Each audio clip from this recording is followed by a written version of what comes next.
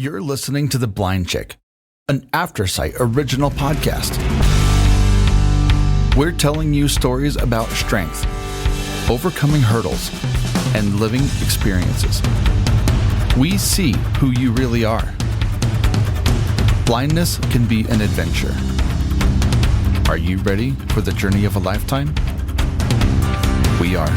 Hey everybody, welcome to another episode of The Blind Chick. Jonathan Price here. I am not hosting this show, thankfully. Ben and Moses are going to dive into it in just a second, but I wanted to make sure to remind you that this content is probably not suitable for the youngest of ears. There is some adult themes and content that is going to be shared in this show. So I'm going to give you a second to pause this and maybe come back to it when little ears are not present. Come back next week because I'm sure this will be a great episode for everybody to enjoy. If you haven't listened to part one, you're going to want to go back and listen to part one with Raquel Perez, who is a sex and intimacy therapist. And it's just a beautiful episode. And so you're going to want to get part one so that we can kind of dive into part two. Okay, enough of me chatting. Ben and Moses, take it away. Yeah, and I can see why couples would seek somebody like you out because, you know, even just with Moses and I came from a very different background than he came from. And, you know, it's, you all kind of, not even baggage, but you come with your definitions, you come with your expectations. And I'm wondering a lot of times if that's not why a lot of divorce happens, because sex is so intimate, and intimacy can be sex, but it doesn't have to be. But you kind of come with your own definitions, and if they're not matching and you're not willing to talk about it, I can see that really causing a lot of disruption in a relationship. Yeah, absolutely. The way that I usually describe some of that, and I think we're talking about the same thing, Penn, is like we all come with our own lived experiences, right? With Yes. our own histories. And those histories and those lived experiences literally shape exactly who you see in front of you at that moment. Mm-hmm. When it comes to many subjects, but especially sex, again, because it is such this taboo thing, nobody's really talking about it. We're expected to do it kind of like in these vacuums. Yeah. And when that happens, the only thing that we have to give us answers, I guess, if you will, is media, whether that's movies or books or right. And the message is, we all look at it, right? And where the message is like, well, that's not really how that happens. Right. I don't think that. And then we're all scratching our head like, I don't think that that's happening for anybody, right? Like, it's not. Just kidding. It's funny, but when Penn and I were doing endless amounts of therapy, it dawned on me that famous comedians, they do humor that a huge part of the population relates to. And so any jokes they do about sex or marriage or any kind of relationship, that has to be something that a lot of people are going through. And that like changed my perspective dramatically. Like, holy cow, you know, thousands of people are laughing at that joke that I wouldn't even think of thinking, you know? And so it was a way that, how would you put it? I normalize a lot of things that if some comedian is famous for his form of jokes and I relate to it, there is at least one other person out there like me. exactly, Moses. And I think that oftentimes that's what we're looking for, even sex and otherwise, right? We are wanting to make sure that we're, quote, normal, Yeah. which I often have I always have such a hard time with that word because Right. I say like, well, then what is normal? Like, does normal even exist? And what's the benchmark? Like, and who gets to decide what that benchmark is? Yeah. Right. And who gets to decide who fits in this box of, quote, normal? Right? Because we Yeah. all have very different lived experiences. Yeah, absolutely. I think it was Moses talking about comedians. I think it was Woody Allen. I can't remember what the name of the movie was, but him and his wife were in couples therapy, and they were seeing the same therapist, but separately and then together. So one of them comes in and is like, "Oh, we never ever have sex. We never have sex." And she's like, "Well, how often are you having sex every week?" And she goes, "Oh, like only 3 times." And then Woody Allen goes in and it's his turn, and he's like, "Oh my God, we have sex all the time. Well, how much is that? 3 times. She wants 3 times a week." And it's like, and it's funny, right? But it's not funny. Right. And it's, and so with you, Raquel, is what is like if what brings a couple to you? Yeah, so many different things. Yeah. And I guess also because since I do couples and sex therapy, there aren't many, which is interesting to me, but it's the truth, it's the reality. There aren't many couples therapists that are also sex therapists, and vice versa. There aren't many sex therapists who are also couples therapists.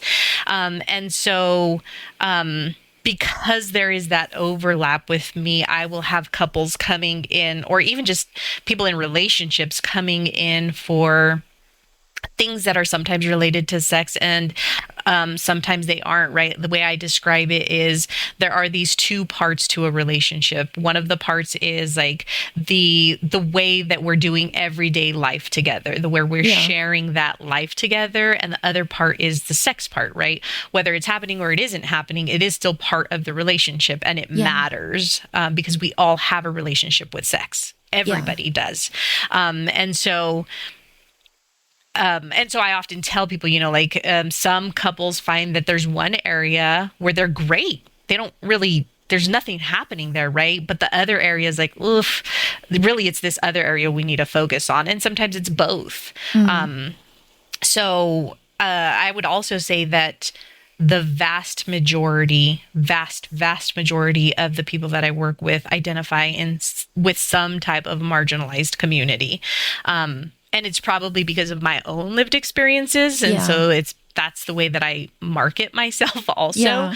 And that's the work that I think I'm most drawn to. So oftentimes I will have couples that are coming in for example, that they are monogamous and they want to try shifting to a non-monogamous lifestyle, or vice versa. There are some misalignments when it comes to sex, and maybe how often it's happening or how not often it's happening. Yeah. But as you can imagine, to even get to the crux of that or to the core of that, it takes a long time, because until we feel safe, right, in any space, we're not going to start talking about more vulnerable things. Yeah, that totally makes sense. One of the things that I noticed on your website is you also do ketamine therapy. Can you talk a little bit about that? Because I know that's sort of fairly new, and we actually had a guest on quite a while ago who was a patient in California, and she actually talked about, as a patient, using ketamine therapy. But Can you, I know this is new, and I know ketamine is in the news and not in a good way and things. So could you talk a little bit about that and maybe educate our audience a little bit about what that is? Sure, absolutely.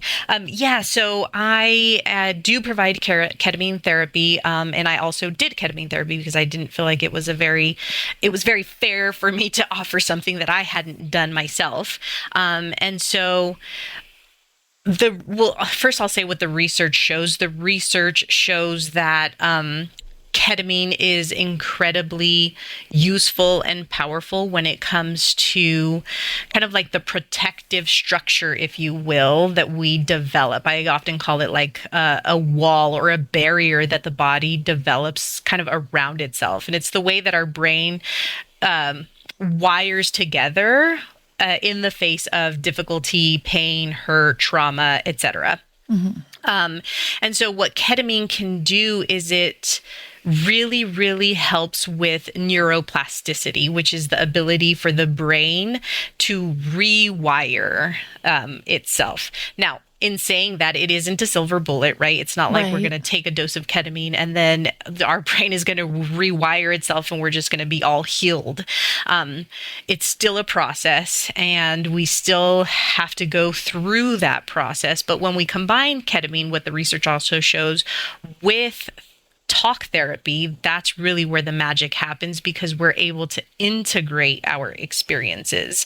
And that's true, they're finding for many psychedelics. Some people don't think ketamine is a psychedelic. I do put it in the camp of psychedelics.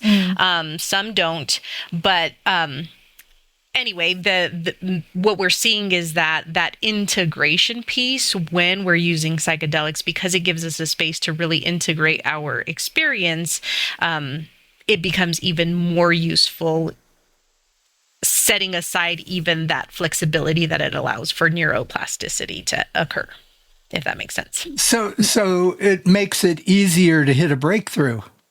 Exactly. And faster, right? I would think. Absolutely. I think because it provides that flexibility. Yeah, absolutely right, Moses. I think Right. Many times it can take, again, going back to that idea of safety, many times it can take people a long time in traditional talk therapy to get to that same point where ketamine can kind of help us get to that point a little bit faster. Again, as I say that, I don't want to, I don't know, say it wrong in that like it's kind of like this miracle drug, right, that we're using, but it can be incredibly powerful and incredibly useful. Wow. Oh, that and sounds good. so is that something that you do in your clinic, or is it in a more of a hospital setting? Like how does that work? Yeah, great question. So the way that I do it is I am not a prescriber. So I have a prescriber that I work with who's local.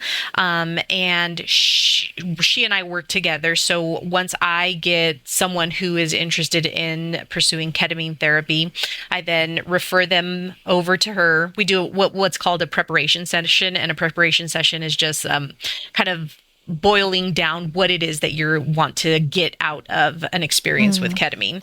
And then I send them over to her. She gives them the prescription. Right now, I'm only doing lozenges so that I can be with the person if they want me to. Okay. They take the lozenge when I'm there. Sometimes they don't, because I also do self-guided ketamine experiences. Because really, I think that most of the magic happens in that integration piece. Yeah. And then if they want me to be there when they take the lozenge, I'm there with them. If they want to take it on their own, they can take it on their own. And then about 24 to 48 hours after, maybe even up to 3 days after, we'll have an integration session. And then we'll just kind of repeat the process, take the ketamine, do an integration session as many times as the person wants to do it. Wow.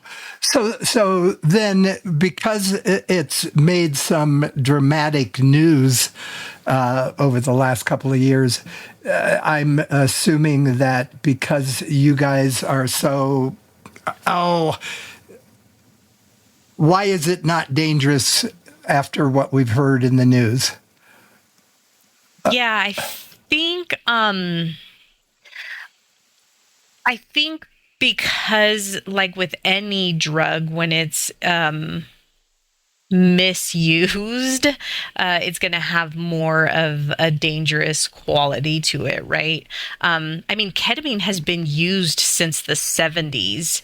Ketamine is often what we used to use it for before was an anesthetic. So when people would go under surgery, they would use ketamine as part of that process, the anesthetic process.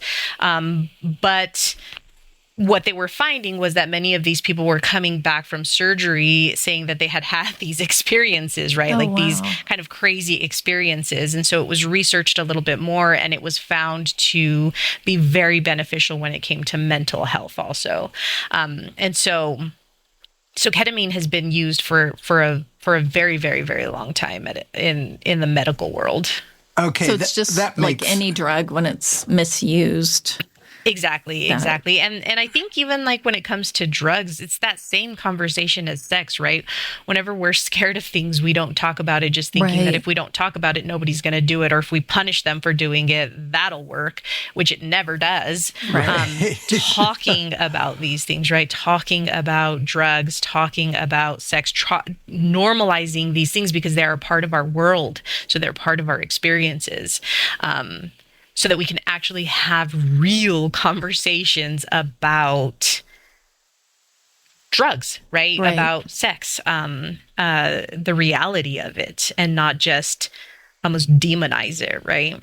Right, right. Well, even when marijuana became legal for medicinal and then recreational in many states, that it was awesome because people actually talked about it then.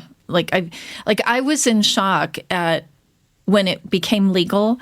Like friends of mine that I never would have thought were using marijuana for a variety of reasons. Never would have thought that it was finally like we could talk about it openly, and it was just. And the change in it, so I can see the same thing happening with sex and even prescription level medications as well as other drugs that are out on the streets. I think if people can talk about it, it's like anything, right?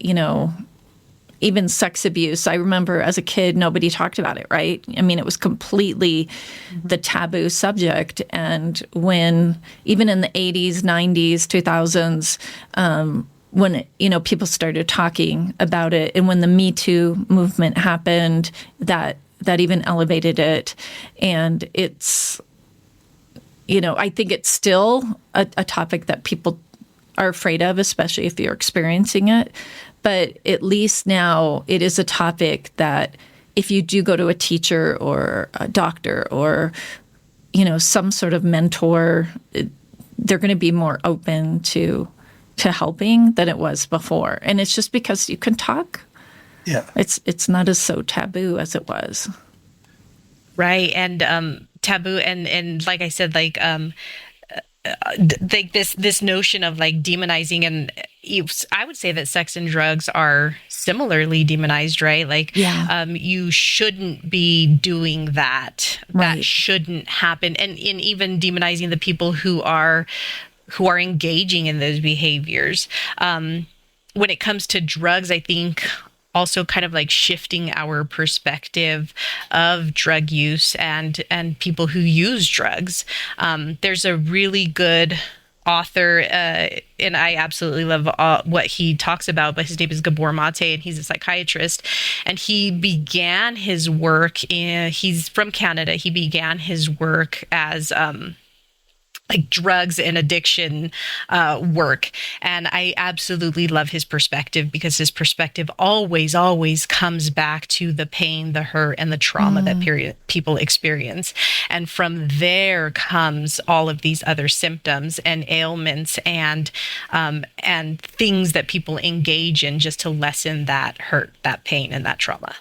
So to kind of come full circle with this, like, because you had mentioned, and I'm definitely there with you, about how you felt growing up talking about your vision loss, right? And there's so many people out there that I know can relate to that, is because you can't talk about it, even though there are family members in your family that have either gone through it or are going through it, but there's this sort of secret thing, like you're not supposed to talk about it, and it does create, I feel like, more fear, and I feel like that's with society as well. Like it always shocks me when I meet somebody and they're like, can I ask you a question? Like they're really nervous. Can I ask you a question about your eyesight? And to me, I'm like, yeah, sure. I'm an open book, where it's like strange to me that they're nervous, that they're afraid to ask me a question. And And Or but it does. they yell at their kids when they react to you. Exactly. Or yeah, like if their child comes up to me and asks me a question, the adult then shames them. It's like, oh, honey, don't be rude. I'm like, oh, and I always try to stamp that out. It's like, oh, they're not being rude. They're just being curious. And I love when people are curious, but gosh, it's so crazy how all of these things are so intertwined with those emotions and that secrecy and that shame, regardless if it's, you're growing up with vision loss, but you're not supposed to talk about it. Or you grow up, it's like, oh, well, this feels good. Why can't I talk about it? Or this feels bad. Why can't I talk about it? It's like, what is wrong with our society? Yeah, I think that like going back to that idea, going back to that idea of like, because we're not talking about it, right? So we don't know, and things that we don't know scare us because we don't know. We don't know about it. And so it kind of stamps out our curiosity. And as you were both describing, Moses and Penn, like when children come up, they're so curious. We're naturally curious, but what happens? We get it kind of stomped out of us, right? Like, oh, no, you're not supposed to talk about that. You're not supposed to say that. You're not supposed to feel that. You're not supposed to, right? We want to put everybody in these boxes, in these tight little boxes. And the reality is that then none of us fit. Then none of us fit. Right. Well, going along with that, you do other types of therapy. It's not just the sex therapy. Yes, correct. So my specialties are couples, relationships, depression, and anxiety. With those things comes so much more things. So, right. I also have a very, very, very heavy trauma lens, because in my perspective, in my view, when we peel back the layers to all of this, it always comes back to pain, hurt, trauma. Like that's what it comes back to. That's where everything gets layered on top of. So really, my now one of my favorite things to say is, I love to provide space for insight. That's my jam. That's what I love to do. Whether it's somebody wanting to talk about sex, relationships, depression, anxiety, or anything else, just providing that space for insight. Wow. So that's really good to hear, because yes, you don't realize it when you first go into therapy that you're going to be covering a lot more than the issue you thought you were there for. Exactly. Yeah. So I know. And just asking for a friend, it was shocking when they found out they were a sociopath. Just asking. But and my sneaky way of we're getting towards the end is how people would contact you, and do you work via over the computer like the way we're talking now? Virtual, yeah. Virtual, there's the word. Yes, I do. I do virtual and in person for therapy sessions. And the way to contact me is through either my website. I have all of my contact information there, which is www.intimacounseling.com. My email is raquel@intimacounseling.com. And then I'm on all of the socials. Handle for all of them is raquelperez.intima. And that's on YouTube, Instagram, Facebook, and sometimes TikTok. Oh, that's great. And so to get well with Penn and I talking to you, it probably won't be the last word, but what would one last statement of what you'd really like people to walk away with today?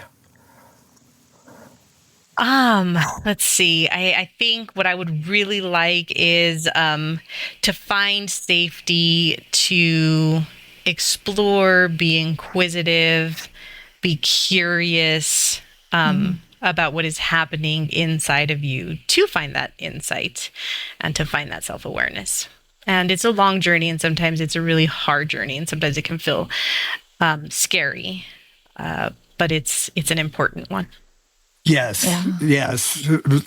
Well, Penn and I would not be together if it wasn't for all the therapy and therapeutic activities that we've been through. So that's for sure. Yeah. We do talk a lot about mental health on here because I really do think it's the foundation to all of our lives. If you don't feel okay with yourself, or you don't feel safe, you don't feel like your decisions matter, it's hard to go forward with that. So I love what you're doing, and I'm so glad you're doing virtual, because that was one thing that was really awesome that came out of COVID is opening up, being able to visit with your therapist or telecommunicate with your doctor virtually, because people who are blind and low vision, it's not like we can just go jump in our car and come over. I remember when we lived in Boulder, and it was like an hour bus ride, in different connections going to my therapist. And it was so nerve-wracking. You come out and sometimes I felt really good, but sometimes I really didn't. And then you have to go stand at a bus stop with a bunch of strangers, waiting on a bus, transferring. So by the time you actually got home and could absorb what you maybe revealed or saw and felt, it was kind of like, and so it's wonderful now that we have options like virtual, or just take a Lyft or Uber. It's so much easier. Yeah, I absolutely agree that that's a wonderful thing that came out of the pandemic, because it reduced barriers to very important things. Yes. Absolutely. Well, Raquel, this is such a treat. Such a treat. And it's so important. And I feel like we just barely touched the tip of the iceberg with you. We'll definitely have you on again. And everybody out there, if you have questions for Raquel, feel free to reach out to us or reach out to Raquel through her website. She's really easy to find. I found lots about her, stalking her. So, That's good to know. That's good to know. Yeah. And just for little ones, so all the people out there who wonder why I might not react to them really big after not seeing them for a while, I'm a multiple personality, and we must have had a great time for you to approach me, but I have no idea who you are. So that's my true confession. All right, everybody. Well, thank you so much, Raquel, and thank you so much to everybody out there for dropping in week after week. It's a beautiful family out there all around the world. And remember to be kind to yourself this week and find a way to be kind to somebody else. It's good for your soul.